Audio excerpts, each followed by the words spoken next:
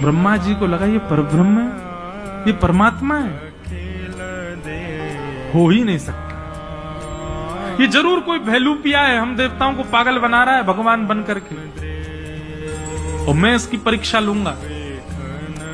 बंधुओं, प्रेम में सब जाहिर है,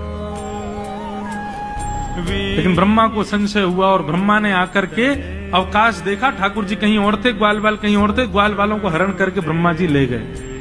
भगवान ने जब देखा कि ग्वाल बाल नहीं है तो पहले ठाकुर जी रोए, कहां चले गए सब। उसके बाद ठाकुर जी ने अपने अंदर से ही ग्वाल बाल प्रकट कर लिए और 1 वर्ष तक भगवान ही ग्वाल बालों के रूप में विचरण करते रहे। 1 वर्ष बाद ब्रह्मा जी देखने आए, देखूं तो सही भैलूपिया कृष्ण क्या कर रहा है। तो जितने ग्वाल बाल ऊपर ब्रह्मलोक में थे वो सब नीचे भी थे। ब्रह्मा जी समझ गए, बोले ओहो ये तो अपराध कर दिया मैंने, अब भगवान से मुझको क्षमा मांगनी चाहिए। क्षमा मांगने के लिए ब्रह्मा जी जैसे ही ग्वाल बालों को लेने के लिए ब्रह्मलोक गए तो ब्रह्मा जी से पहले ब्रह्मा का रूप धारण करके भगवान चले गए ब्रह्मलोक और द्वारपालों से कह दिया आजकल नकली ब्रह्मा बहुत घूम रहे हैं, दूसरा कोई आवे तो मारपीट के भगा देना उसको, हमसे आज्ञा लेने की भी आवश्यकता नहीं है, सीधे प्रहार कर देना। असली ब्रह्मा जब पहुंचे द्वारपाल सीधे भागे पीछे उनके डंडा लेके, वो नकली ब्रह्मा भागे यहां से।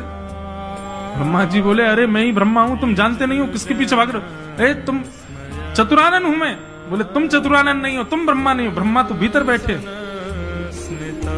ब्रह्मा जी बोले भीतर बैठे मतलब? बोले हाँ अभी अभी आए थे, उन्होंने हमको बताया भैलूपिया घूम रहे हैं, तुम भैलूपिया हो।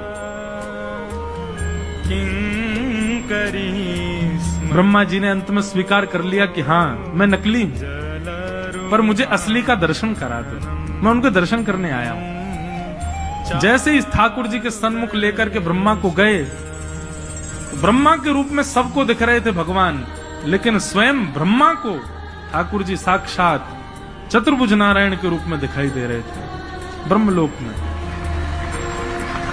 ब्रह्मा जी ने जाकर के कान पकड़े,